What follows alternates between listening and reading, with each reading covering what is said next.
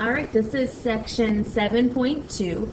We're going to be discussing what are called logarithmic functions and their graphs. So what is a logarithmic function? Well, we are, in math, we have made up a logarithmic function. We have decided that it is the inverse of the exponential function, which is the function that we just talked about. So an exponential function, remember, is y equals some sort of base a to x the exponent. And the variable x, the independent variable, the input x, is an exponent. And that goes in the exponent's part. And then whatever, and your base is constant a. So for example, the function f of x equals 2 to the x is an exponential function. Okay, so we decided that, well, what happens if I know that, say, 8 is 2 to the x? How do I figure out what the exponent x was if 8 is 2 to the x? Well, this is what you know. You know that 2 cubed is x. But what if it was 9 2 to the x?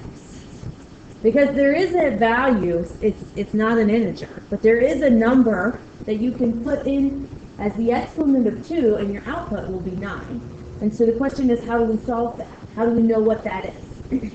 And so we have decided that if you want to solve for the exponent, or you want to invert exponentials, so I'm going to switch x and y.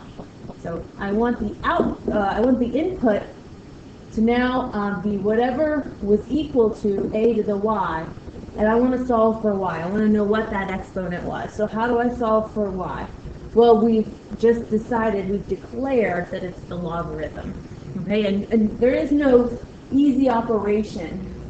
Well, there is. It's called a logarithm, but it's not easy to know what x was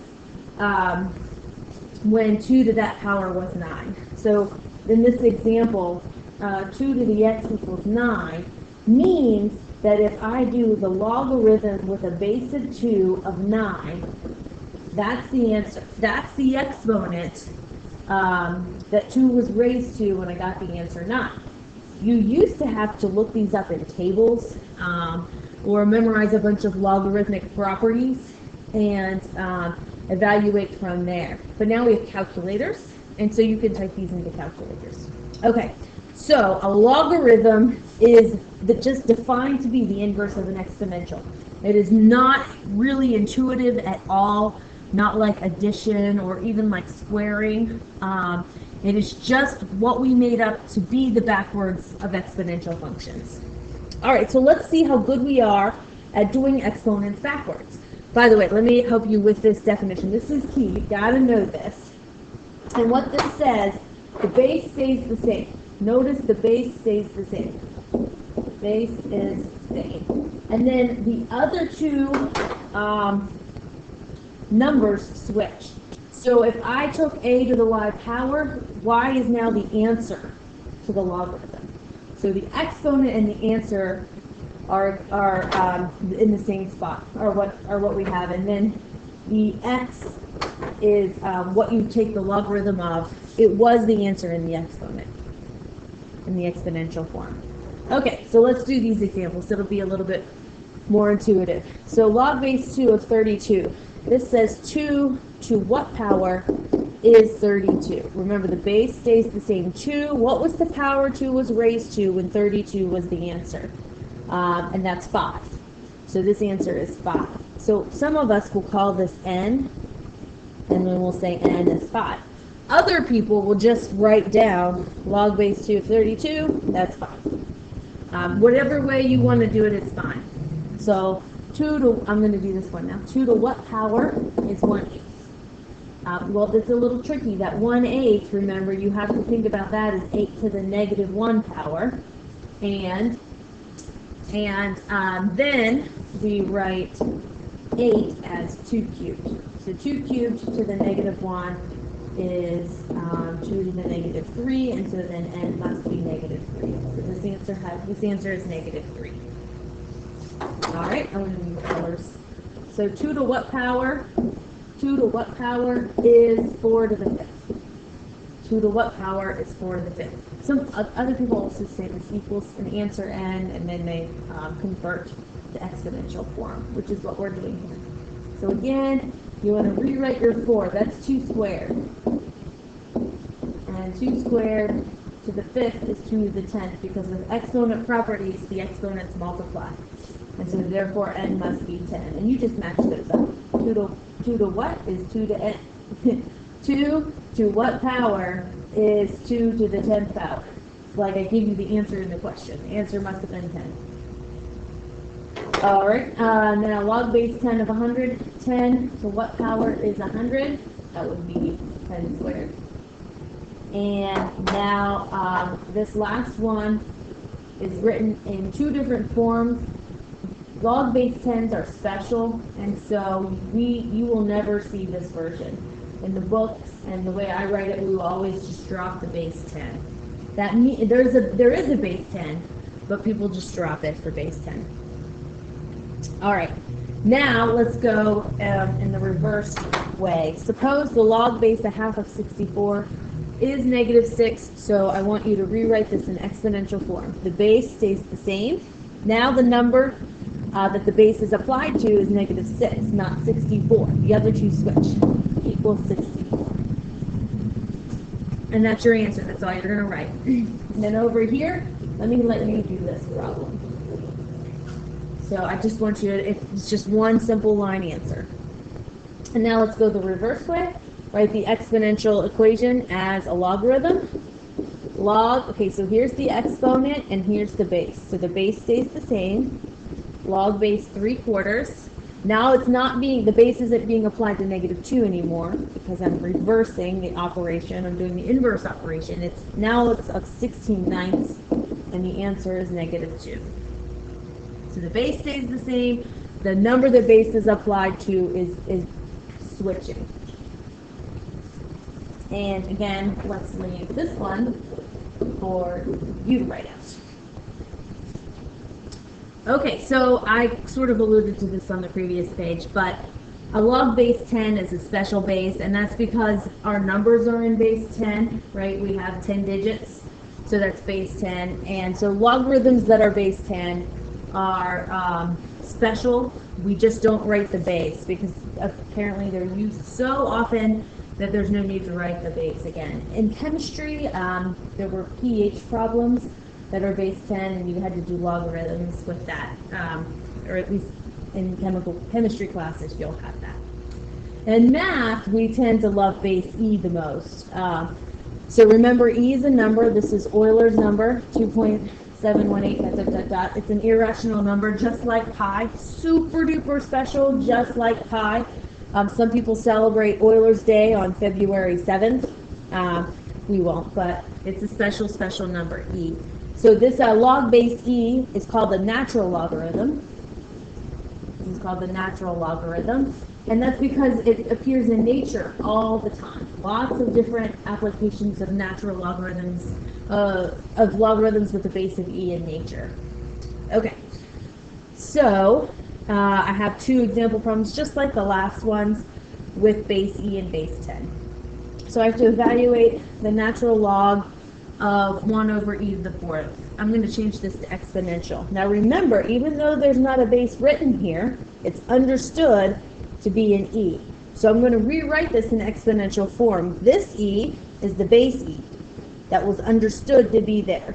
So e to the power of n, right? So I'm going to apply this base e no longer to 1/e to the 4th, but to n. That equals 1/e to the 4th. And so e to the n is e to the -1/4 when I use my exponent properties. And so n is -1/4. All right. Why don't you guys find the answer to this one? This is base 10. Remember, I don't have a base written there, but there really is understood to be a base 10 there. All right. So that was sort of an introduction to logarithms. Now I want to do the graphs of logarithms. So studying the graphs of logarithms, it's best to start by remembering the graphs of exponentials. So we're going to recall the graph of y equals a to the x.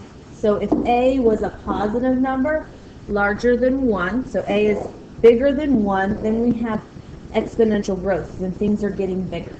So this would be y equals a to the x. Remember, there were a couple important features that I wanted you to know.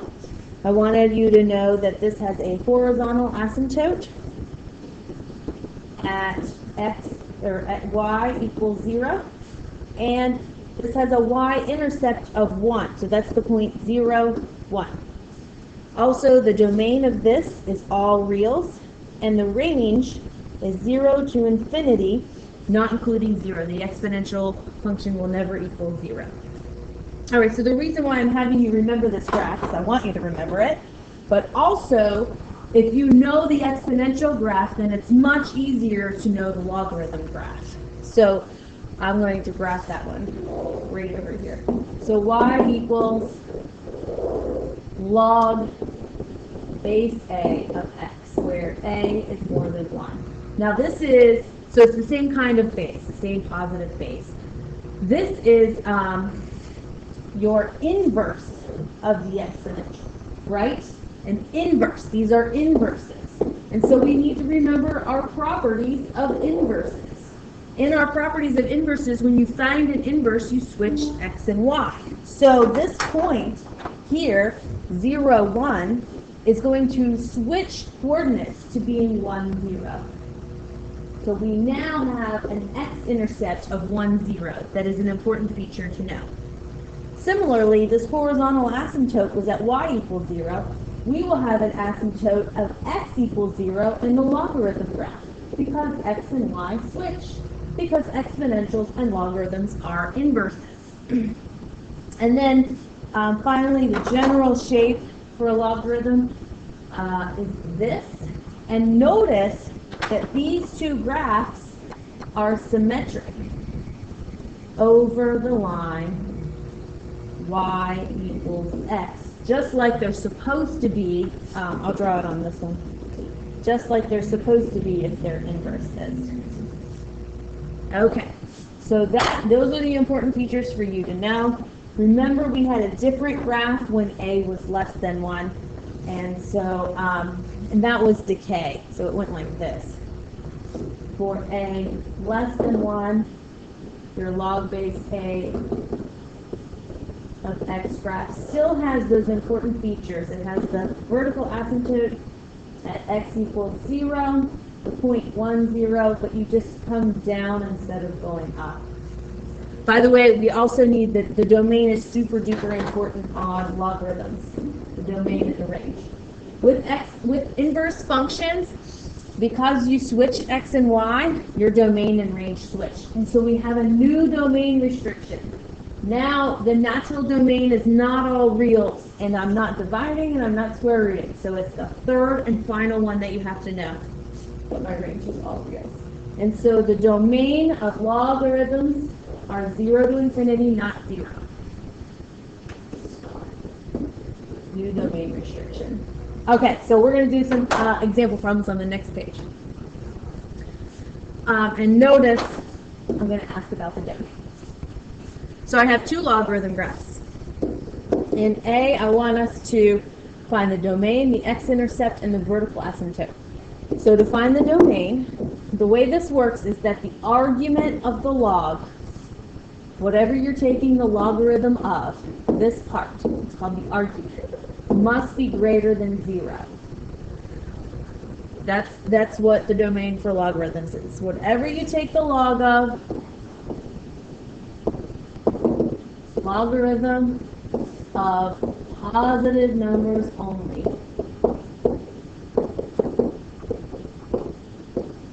Okay, so in this example, in A, the only thing I'm taking the log of is x. So my domain is x is greater than 0. Okay, so to find the x-intercept, I'm going to make y equal to 0, just like we always do. For all x-intercepts, you make y equal to 0. So 0 equals log base 2 of x minus 4. I'm going to solve for x. I'm going to add 4 to both sides. Now I have a logarithm, but I'm going to switch this to exponential form. This time I had a base of 2. The base of 2 was applied to an x. Now it will be applied to a 4. So x equals 2 to the fourth, and my x-intercept is x equals 16. Domain, x-intercept, and vertical asymptote. So your vertical asymptote is always whenever your argument equals 0. So whatever you're taking the log of, when that is equal to 0, that's your vertical asymptote. So my vertical asymptote in this case is x equals 0. And now I'm going to be able to graph this. Vertical asymptote at x equals 0. My x-intercept isn't 1 anymore, and that's because my graph shifts down 4.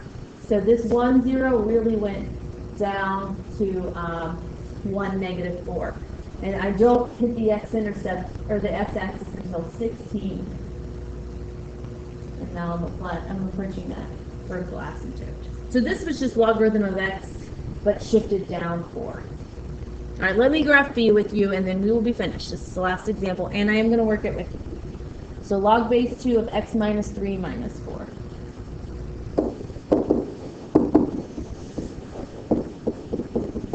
This is actually the same graph, but then this x minus 3, right? What's the minus 3 inside with the x going to do? It's going to shift it, because it's with the x, left or right.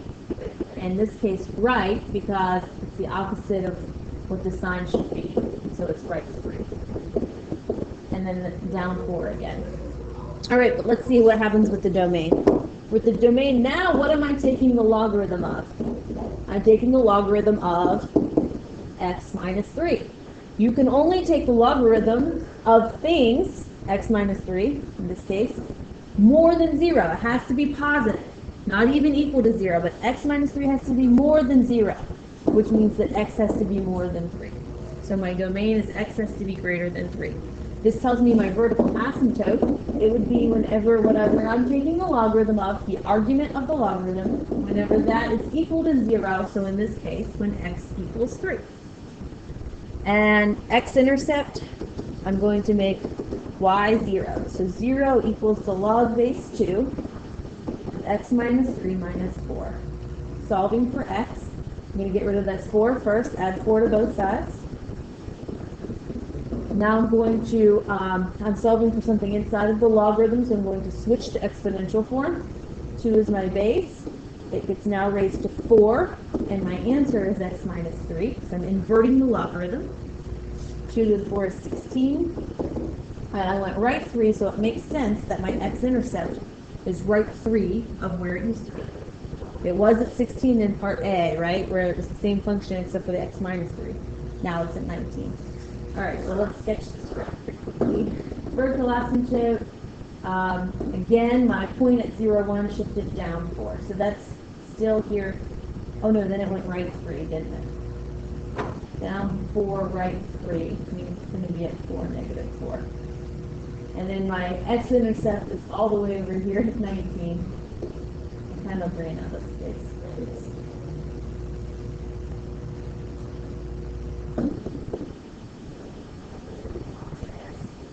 All right, that is all.